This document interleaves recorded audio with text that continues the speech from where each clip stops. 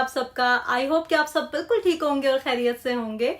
तो बहुत दिनों के बाद आज आपसे इस तरह से बात हो रही है, और जब भी थोड़ा सा गैप आता है ना बीच में तो कुछ मिसअंडरस्टैंडिंग्स भी हो जाती हैं। जैसे आजकल मुझे काफी ज्यादा मैसेजेस आ रहे हैं कि आप शिया हैं या सुन्नी हैं, तो मैंने सोचा बैठ के आपके साथ क्लियर कर देती हूँ। बस पता नहीं कुछ लोग हैं ऐसे जिनको सुकून नहीं है शायद, तो वो फितना फैलाते रहते हैं और मेरे बारे में गलत गलत बातें करते रहते हैं। जैसे आजकल ये बात चल रही है कि मैं शिया हूँ और मैंने ये बात अपने चैनल पे छुपाई है और लोगों को गुमराह किया है। हालांकि ऐसा कुछ भी नहीं है। तो मैंने अपनी जात से रिलेटेड कोई भी बात कभी नहीं छुपाई आपसे, ठीक है। हर चीज आपके साथ जो है ना मैंने शेयर की है और मुझे अच्छा लगता है, इसलिए मैं आपके साथ शेयर करती हूँ। तो बात यह है कि कुछ दिन पहले मेरे हस्बैंड ने ना अपने चैनल पे एक ब्लॉग अपलोड किया था, जिसमें उन्होंने बताया था कि वो सैयद फैमिली से हैं, गिलानी सैयद हैं और अहले बैत से अकीदत रखते हैं। अच्छा, मेरे बारे में भी उन्होंने बताया था कि अरूज कादरी फैमिली से हैं। अब पता नहीं क्यों कुछ लोगों ने मुझे शिया डिक्लेयर कर दिया, हालांकि ऐसा नहीं है, ठीक है। मैंने पहले कभी क्लियरली आपको नहीं बताया कि मैं अहले सुन्नत जमात से हूँ, क्योंकि मुझे जरूरी नहीं लगा और मैं वैसे भी फिरका वारियत पे बिलीव नहीं करती। कोई सुन्नी है, शिया है, देवबंदी है, बरेलवी है या कोई भी है, ये इम्पोर्टेंट नहीं है, ये मैटर नहीं करता, ठीक है। हम सब मुसलमान हैं, ये सबसे ज्यादा इम्पोर्टेंट है, और मुसलमानों को आपस में इत्तेफाक से रहना चाहिए, एक दूसरे के नजरिए की रिस्पेक्ट करनी चाहिए। बस इतनी सी बात है, अगर कोई समझ आए तो। खैर, अभी जो है ना दोपहर के कोई 2 बज रहे हैं और ये थोड़ा सा फ्री टाइम होता है मेरा। अभी मैंने लंच रेडी किया था, आज अरबी गोश्त बनाया था मैंने लंच के लिए। तो खाना हम लोग थोड़ा लेट ही खाते हैं क्योंकि लेट उठते हैं सारे, और नाश्ता भी लेट ही होता है। बच्चे आजकल घर पे हैं, आपको बैकग्राउंड में शोर भी आ रहा होगा बच्चों का, तो जाके देखती हूँ ये लोग क्या करें, क्योंकि बार बार आके ना मुझसे पूछ रहे हैं मामा आ जाए हमारे साथ खेल लें थोड़ा सा आके। बोर्ड गेम्स जो है ना ये बहुत अच्छी रहती हैं बच्चों के लिए। हमारे बचपन में तो हम कैरम बोर्ड और लूडो वगैरह इस तरह की चीज़ें खेलते थे, लेकिन ये जो बच्चे हैं यहाँ पे जो ग्रो अप हुए हैं ना, उनको उतना इंटरेस्ट नहीं होता उन गेम्स में। पाकिस्तान जब हम गए थे ना तो कैरम बोर्ड लेके दिया था बच्चों को, लेकिन बस साथ नहीं लेके आ सके। अच्छा, यहाँ पे भी मिलते हैं कैरम बोर्ड, तो मैं सोच रही थी कि ले ही लेती हूँ, क्योंकि इस तरह के गेम्स ना बच्चे आराम से एक जगह पे बैठ के खेलते हैं, वरना तो पूरे घर में इधर से उधर भाग रहे होते हैं और शोर हो रहा होता है। तो ये जो गेम्स होती हैं ना, इनमें 8 in 1 या 9 in 1 गेम्स होती हैं, तो ये अगर आप कोई एक आधी ले लें घर में तो अच्छा रहता है। एक्टिविटी टॉयज़ जो है ना मुझे ज़्यादा पसंद है बच्चों के लिए, स्पेशली अगर छोटे बच्चे हों तो उनके लिए जैसे प्ले डो और सैंड वगैरह इस तरह की चीज़ें दी जाए ना, तो उससे वो लर्न भी करते हैं और काफ़ी देर तक बिजी रहते हैं। बच्चे तो टॉयज़ लेते ही रहते हैं, लेकिन कभी कभी हम बड़े भी अपने लिए कोई टॉय ले लेते हैं। जैसे अभी मैंने भी अपने लिए एक चीज़ मंगवाई थी, जो टॉय की तरह ही थी लेकिन बड़ी काम की थी। तो ये मिनी वॉशिंग मशीन थी जो बहुत टाइम से मैं देख रही थी। आपने भी शायद देखा होगा इंस्टा वगैरह पे, क्योंकि कोई चीज़ जब वायरल होती है ना तो हर जगह फिर वही नज़र आ रही होती है। खैर, बहुत महीनों से ये मैं देख रही थी, लेकिन पता नहीं क्यों मैंने कभी ऑर्डर नहीं किया, मुझे लगा पैसे वेस्ट हो जाएंगे। तो इस बार फाइनली मैंने ले ही ली, क्योंकि बहुत ही कम प्राइस में मुझे मिल रही थी। इसके साथ ना ये स्पिनर भी था, तो पहले तो मुझे समझ ही नहीं आ रही थी कि कैसे इसको यूज़ करना है, लेकिन जब गौर से देखा तो फिर सब समझ में आ गया। तो आपको दिखा देती हूँ किस तरह से इसको यूज़ करते हैं।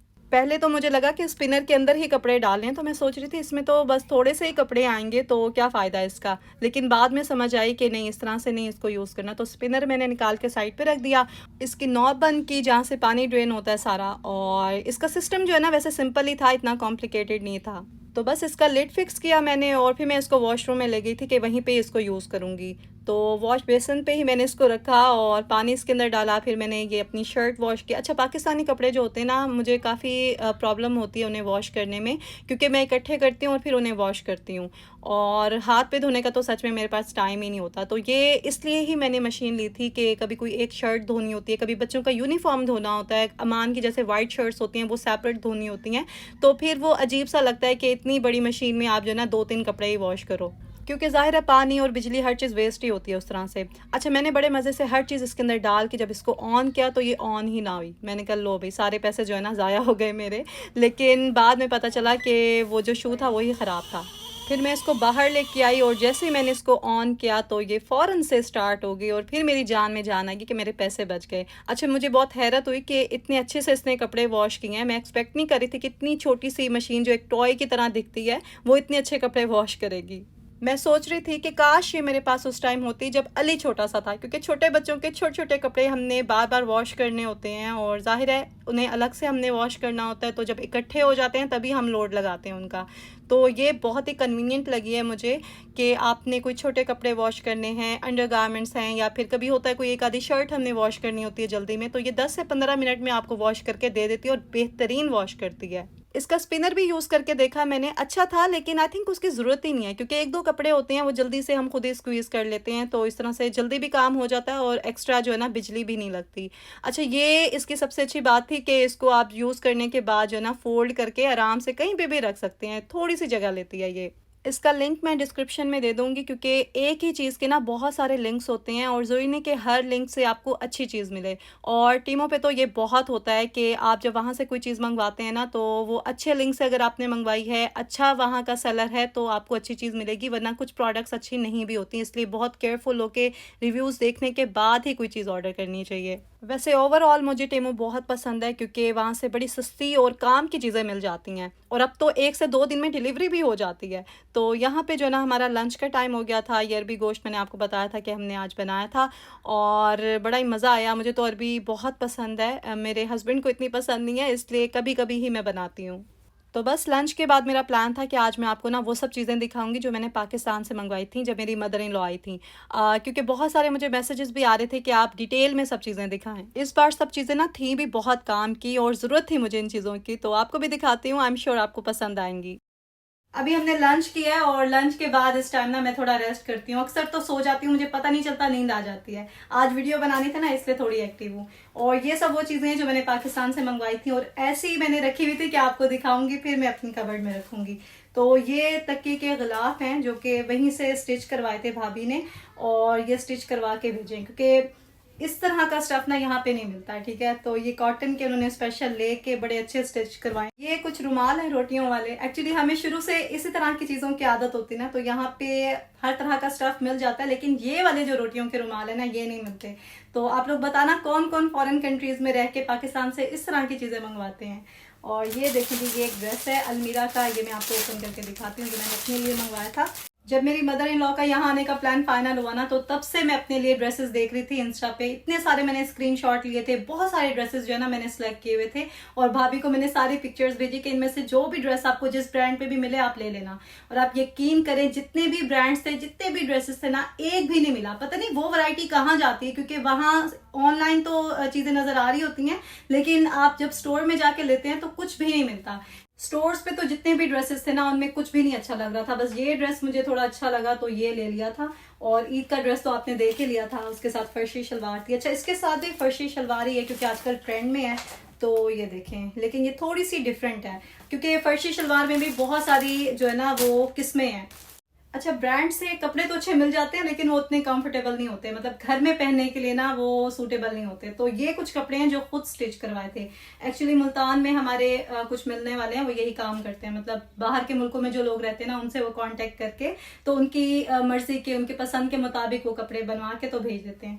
तो मैंने भी उन्हीं से ही बनवाए थे। ये देखें, ये शर्ट है, मैंने जैसे कहे थे वैसे ही उन्होंने स्टिच करवा के भेजे, और कमाल की जो है ना स्टिचिंग है, और क्वालिटी भी बहुत अच्छी है कपड़ों की। तो ये भी फर्शी शलवार ही मैंने स्टिच करवाई थी, और साथ में शॉर्ट शर्ट्स हैं। अच्छा, वो जो प्रैंक वाली वीडियो थी ना, उसमें भी जो मैंने ड्रेस पहना हुआ है वो भी मैंने उन्हीं से स्टिच करवाया था, मतलब उन्होंने स्टिच करवा के भेजा था। तो काफी लोग पूछ रहे थे उसके बारे में, तो वो किसी ब्रांड का नहीं है, वो खुद स्टिच करवाया हुआ था। ये एक लॉन्ग शर्ट है, इसका भी प्रिंट और स्टाइल मुझे बहुत अच्छा लगा है। इसके साथ शलवार दुपट्टा नहीं है, मैं कोई भी पहन लूंगी मैचिंग करके ना। तो ये थी कुछ चीजें, और बाकी कुछ मेकअप वगैरह की भी चीजें हैं, वो भी दिखाती हूँ आपको। पहले तो आपको लिपस्टिक्स दिखाती हूँ। ये 2 लिपस्टिक्स हैं जो रैंडम ऐसे ही ले ली थी। असल में मेरी सिस्टर ना गई हुई थी किसी स्टोर पे, और वीडियो कॉल पे मेरी उनसे बात हो रही थी, तो उन्होंने फिर जो है ना ऐसे ही चलते फिरते ये शेड्स दिखाए, तो मैंने कहा चलो ले लो। तो ठीक है, इतनी ज्यादा पिगमेंटेड भी नहीं है और बुरी भी नहीं है। प्राइस के लिहाज से तो बहुत अच्छी है, क्योंकि आई थिंक ये 300-400 की या 500 की थी एक लिपस्टिक। तो ये देखिए, पिंक सा कलर है, और दूसरा भी जो है ना क्या कहेंगे इसको, टी पिंक सा कलर है आई थिंक। पाकिस्तान से ना मैंने ये 3 व्हाइटनिंग क्रीम्स भी मंगवाई थी। एक्चुअली मुझे बहुत ज़्यादा इस तरह के मैसेजेस आ रहे थे कि आप हमें कोई अच्छी सी व्हाइटनिंग क्रीम बताएं जो हम रात में सोने से पहले लगाएं और उससे हमारा कॉम्प्लेक्शन फेयर हो जाए। तो देखें, कोई भी रेमेडी या क्रीम ऐसी नहीं है जिससे आपका कॉम्प्लेक्शन चेंज हो जाए। हाँ, थोड़ा सा फर्क ज़रूर पड़ जाता है। तो ये 3 अच्छी क्रीम्स हैं क्योंकि डर्माटोलॉजिस्ट की बताई हुई हैं, मेडिकेटेड हैं, और इन तीनों का रिव्यू भी मैंने रिकॉर्ड किया हुआ है। आपको न्यू चैनल जो है ना मेरा, वहां पे वीडियो मिल जाएगी, आप चाहें तो देख सकते हैं। ठीक है, कुछ और ब्यूटी प्रोडक्ट्स भी मंगवाई थी मैंने पाकिस्तान से, अभी यूज कर रही हूँ और बहुत जल्द उनका रिव्यू भी आपके साथ शेयर करूंगी। और इसके अलावा एक और चीज भी है आपको दिखाने के लिए जो मैंने पाकिस्तान से मंगवाई थी, और उसका तो मैं बहुत टाइम से वेट कर रही थी कि कोई आए पाकिस्तान से और मैं उससे मंगवा लूं। तो आपको दिखाती हूँ जल्दी से। ये देखें जी, ये ड्रेस जो आप देख रहे हैं ना, ये नताशा वकास के ब्रांड का है, जो कि मुझे बहुत पसंद आया है। इसकी स्टिचिंग, इसका स्टफ, इसकी डिजाइनिंग सभी कमाल की थी। और सबसे अच्छी बात कि ये पहनने में कंफर्टेबल था, वरना अक्सर जब हम ब्रांड से कोई कपड़े लेते हैं तो वो कंफर्टेबल नहीं होते। तो ये पहनने के बाद बहुत ही लाइट सी फीलिंग आ रही थी और ऐसा लग रहा था मैंने खुद ही स्टिच करवाया। तो ये एक अच्छी बात थी। अच्छा, प्राइस भी इनकी मुझे बहुत मुनासिब लगी है क्योंकि 3 पीस था और ये मुझे मिला था, मैं आपको देख के ना स्क्रीन पे ही बता दूंगी। बस ये थी सारी चीजें जो मैंने आपको दिखानी थी और ये था आज का व्लॉग जो कि आई होप आपको पसंद आया होगा। अब जल्दी से कमेंट करें, लाइक करें वीडियो को और अपना बहुत ज्यादा ख्याल रखें, दुआ में याद रखें। अल्लाह हाफिज।